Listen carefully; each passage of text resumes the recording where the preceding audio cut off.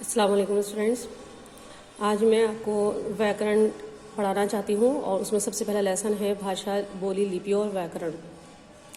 भाषा वह साधन है जिसके ज़रिए हम अपने भावों को और अपने फीलिंग्स को जो है वो दूसरों तक पहुँचाते हैं और दूसरों के एहसास और फीलिंग्स जो है वो हम समझ पाते हैं। भाषा मतलब किसी भी भाव को व्यक्त करने के लिए जिन एहसास को हम एक दूसरे को समझते हैं उसको दो तरीके से हम इस्तेमाल करते हैं। मतलब उसको बोलकर इस्तेमाल करते हैं या बोलकर एहसास होता है या लिखकर एहसास होता है। तो ये जो चीज़ें हैं वो भाषा में आती हैं। कोई भी एहसास हो, जब तक हम उसको एक्सप्रेस नहीं करेंगे किसी भी तरीके से तो वो हमें एक दूसरे को समझ में नहीं आएगी। और उसको समझने के लिए हम दो तरीके का इस्तेमाल करते हैं, या तो बोलकर करते हैं या फिर हम लिख कर करते हैं। आज इसी के बारे में हम अपने लेसन में डिस्कस करेंगे कि ये भाषा जो है वो कितने तरीके की होती है और उसके क्या क्या भेद होते हैं। इन सब के बारे में आज आपको मैं बताना चाहूँ। भाषा के दो रूप होते हैं, एक होता है मौखिक भाषा और एक लिखित भाषा है। मौखिक भाषा जो होती है वो कहलाती है कि जो भाषा हम एक दूसरे को बोलकर बताते हैं या सुनकर बताते हैं वो मौखिक भाषा कहलाती है। मतलब जिस तरीके से हम अपने फ़ोन पर बात करते हैं एक दूसरे को या आमने सामने बैठकर हम बात करते हैं तो वो मौखिक भाषा के अंदर आता है।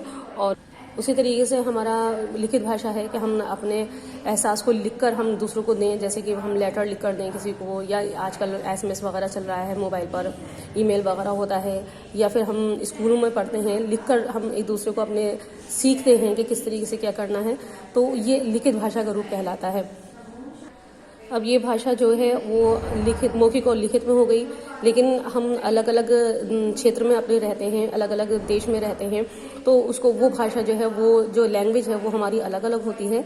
अलग अलग क्षेत्र में अलग अलग तरीके की भाषा बोली जाती है। उसको हम बोली बोलते हैं, उसको हम क्या कहते हैं, बोली कहते हैं। कि हम अलग अलग क्षेत्र में अलग अलग, जैसे हम मान लीजिए कि हम हिंदी में बोलते हैं, अवधी बोलते हैं। राजस्थानी में जो है वो मावरी बोली जाती है, बिहार में भोजपुरी बोली जाती है, पहाड़ी इलाकों में मलयाली, गढ़वाली या कुमाऊनी बोली जाती है, और भारत में जैसे हिंदी बोली जाती है, पाकिस्तान में उर्दू का रहता है, तो ये बोली कहलाती है।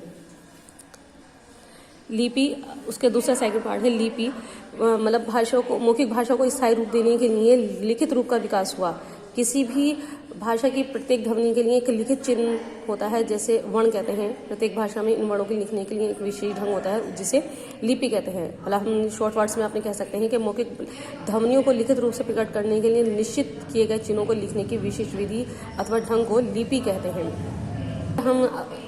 हम अपनी भाषा को किस तरीके से हम लिखें और उसको हम क्या एक ख़ास नाम दें, ये जो लाता है वो सब लिपि में आता है। जैसे हम हिंदी जो लिखते हैं उसकी जो लिपि है वो देवनागरी है। संस्कृत हम बोलते हैं तो उसकी लिपि जो है देवनागरी है। अरबी है, हम अरबी बोलते हैं तो उसकी लिपि जो है, यानी कि लिखने का जो स्टाइल है वो फारसी कहलाएगा। फ्रेंच रहेगा तो उसको रोमन कहेंगे। इसी तरीके से आपके सामने यहाँ पर कुछ दी हुई हैं, जैसे उर्दू है। उर्दू पे हमारी भाषा रहती है, लेकिन उसका जो लिखने का ढंग कहलाता है वो फारसी कहलाता है। यहाँ पर मैं इसके क्वेश्चन आंसर, आपके जो लेसन पढ़ाया गया है, समझाया गया है, उससे कनेक्टेड यहाँ पर क्वेश्चन आंसर दिए हुए हैं।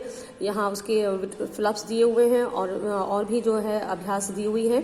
तो इसको आप समझकर जो लेसन दिया गया है उसको आप अच्छी तरीके से समझें, पढ़ें और इसको फिल करें। मैंने फिल करके आपको दे दिया है और इसको आप अच्छी तरीके से लर्न करें और एग्ज़ाम में अच्छा काम करें। अल्लाह हाफिज़।